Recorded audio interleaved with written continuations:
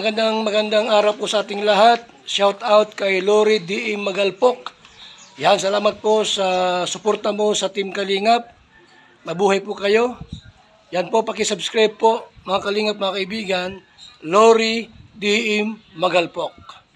Ayan, suporta po natin si Ma'am Lori D. Magalpok. Napaka-solid supporter ng isang Kalingap.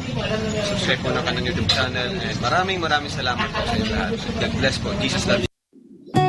Welcome back again sa ating YouTube channel. Again, this is Lori D. Magalpok Vlogs and this is our part 2 sa ating travel sa cable car papuntang Lantau Island. And for today's video, ayan, as I've said, nandito na kami sa itaas at medyo malayo-layo na rin yung na travel natin after nating umalis doon sa city, no? So, as usual mga ka-body loves, magbibigay tayo ng konting knowledge regarding dito sa sinakyan nating cable car. O yan, ang cable car na ito ay sa famous in Lantau Island.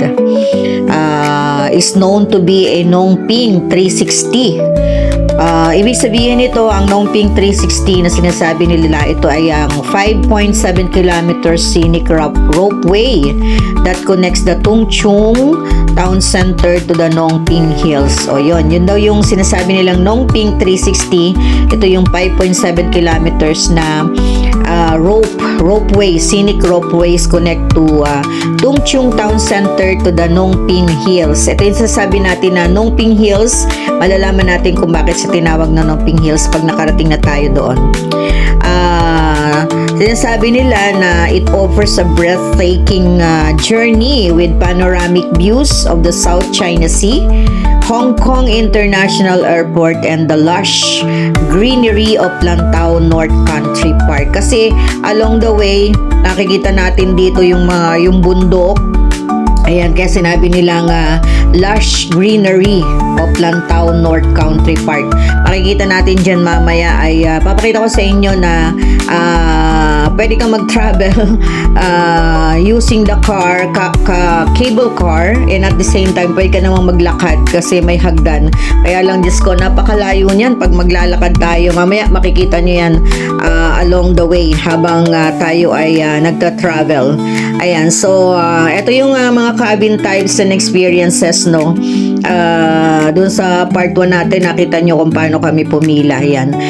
Dito sa cabin types and experience, pwede tayong mamili between different types of cabins kung tayo ay bibili ng ticket, no? So meron tayo diyang standard cabin. Ito yung regular comfortable cabin enclosed by panoramic windows. So ibig sabihin, closed cabin siya and at the same time with a panoramic windows. Ibig sabihin clear type, merong windows lang. So yun yung sinasabi nilang standard cabin. So meron din diyan crystal cabin, features a transparent glass bottom. Ito yung sinasabi ko na kitang-kita natin yung ilalim kasi glass yung ating aapakan dito. See, letting you look straight down at the sea and trails beneath your feet. Diba? Kaya nga kasi crystal cabin siya. Yung pinakang tapakan natin ay visible glass siya. At meron din siyang crystal plus cabin. Ayan, it is a complete surrounded by floor to ceiling glass on all four sides and the floor offering over 80% visibility for the ultimate and obstructed viewpoint. Ibig sabihin, talagang itong crystal plus cabin ay as in talagang cabin na siya. Cabin siya na wala kang makikita kundi puro glass. So walang mag-obstruct sa iyo kapag dito ka nagpabook kasi kitang-kita mo. Napakaganda ng ng view kapag doon ka sumakay sa Crystal Plus cabin. Ito yung details and key details and pricing natin. Operating hours niya ay from 10 a.m. to 6 p.m. Weekends and public holidays from 9 a.m. to 6:30 p.m. Yan, ang standard round trip fares, regular adult round trips cost approximately 295 HKD for the standard cabin and 365 for the crystal cabin. So medyo mahal, medyo may kamahalan pag crystal cabin. Syempre naman overlooking talaga siya. Kaya mahal ng konti. Ayan. Ayan, pwede nating kung ano yung mga gagawin natin dito, things to do at the top terminal. The upper cable car station drops you straight into Nongping Village, a culturally themed village with retail and dining options within a short walk you can explore. Yan, nandyan yung Tiantan Buddha, the iconic 34-meter bronze statue. Andyan din yung Polin Monastery, a colorful world-renowned Buddhist temple, and the Tai-O Fishing Village, accessible by a 20-minute public bus ride directly from Nongping Village. Ayan, so ito yung makikita natin dito pagdating natin sa sa Lantau Island. So eto, andito na tayo, nakakailang station na tayo at this moment. So number 5 station na tayo.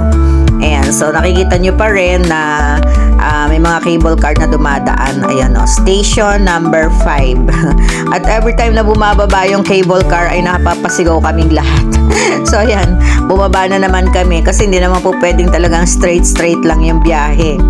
So ayan, andyan na tayo sa baba and mamaya tataas ulit tayo. Para bang nagkakaroon lang ng inspection, kaya kailangan bumaba ang mga cable car. Hindi po pwedeng laging nasa taas. So ayan, mga kaway-kaway, hello kayo dyan. Mga nakatingin sa amin yung mga staff dyan. Ayun. Neilak Hanshan. Ayan, station. Ay, may mga pangalan pala yung mga station. Ito, siguro hindi ko alam kung may mga Pilipino dyan. Parang may Pilipino, yung babae. Ayun, So, ayan. Let's go ulit, mga kabady-body labs. So, magta-travel na ulit tayo.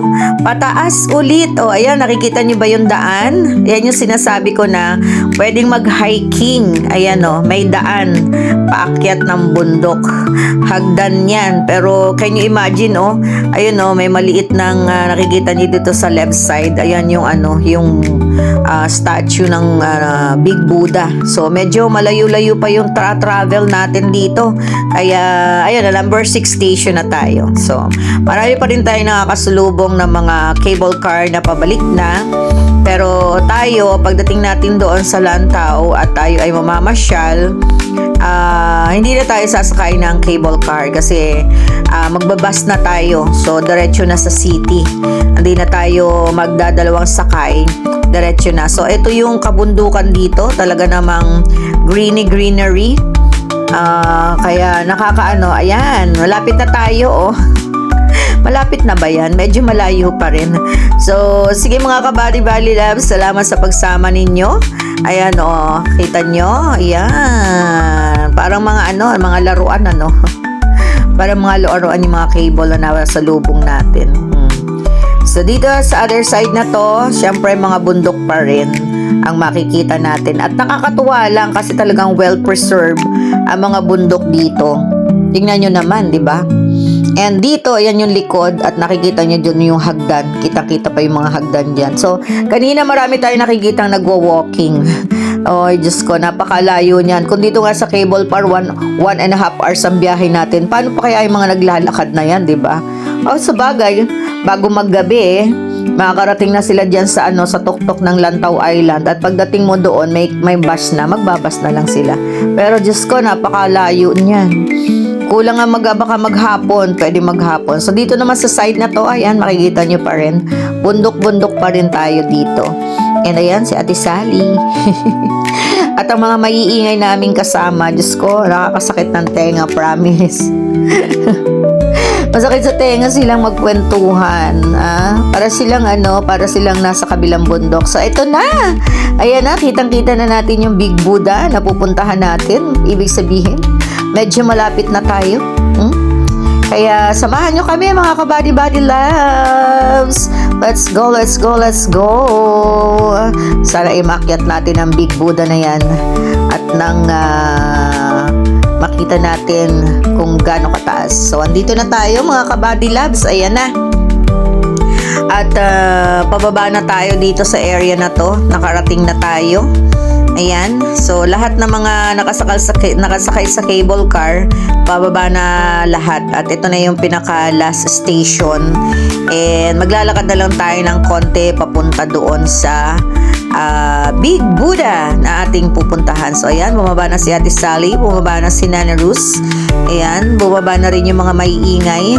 At syempre, bumaba na din ako. Dito tayo sa last favor car to Tung Chung Wheel. Depart 8 p.m. Ayan, may mga flowers niya.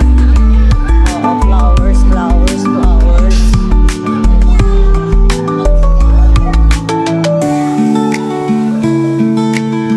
Okay, let's go. So, ayan na yung ating travel sa cable car. Grabe oh, mga fresh ang flowers. Ayan. Thank you very much sa lahat ng mga sumama sa ating video upload for tonight. Thank you guys, and we'll see you again sa ating next video upload.